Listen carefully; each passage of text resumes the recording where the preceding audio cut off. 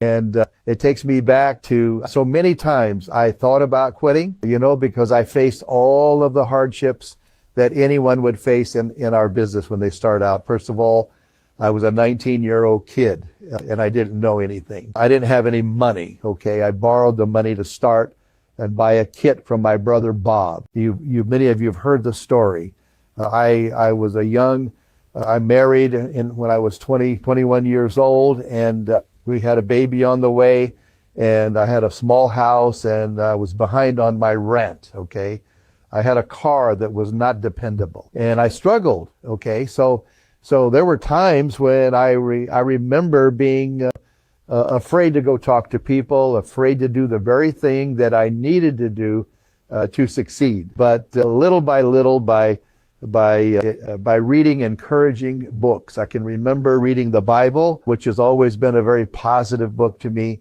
I remember reading Think and Grow Rich by Napoleon Hill. I remember reading How to Win Friends, Influence People. And so these books were like guides to me. And as I studied and read, somehow I got the courage to go back out and to do the things that are necessary to do. Some of the leading nutritional people, scientific people in the world are there, and they got up in front of everybody and they said, the problem we have now is we have all the knowledge, we know what to do, but it still isn't happening.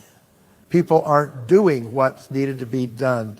And that's because you don't have that link between knowing what to do and doing. That's us. We are the link that carries the message, and then one person at a time, we try to convince to take better care of their health. And that process, by the way, creates fear. I know I felt fear many times and still do today. But fear is not the answer. Just being fearful and not doing anything about it. It's doing what we need to do while being afraid. And that's what causes results. That's what causes the growth.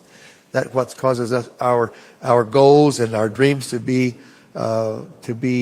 achieved. You either pay now or pay later.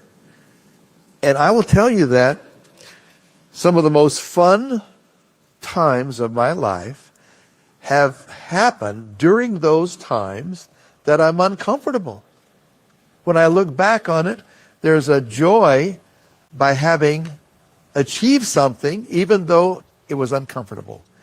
And I can't imagine, how many hours of discomfort Liz has to be able to do, 100 pull-ups. I exaggerate a little bit, Liz. It's my nature. Now, back to the beginning remarks.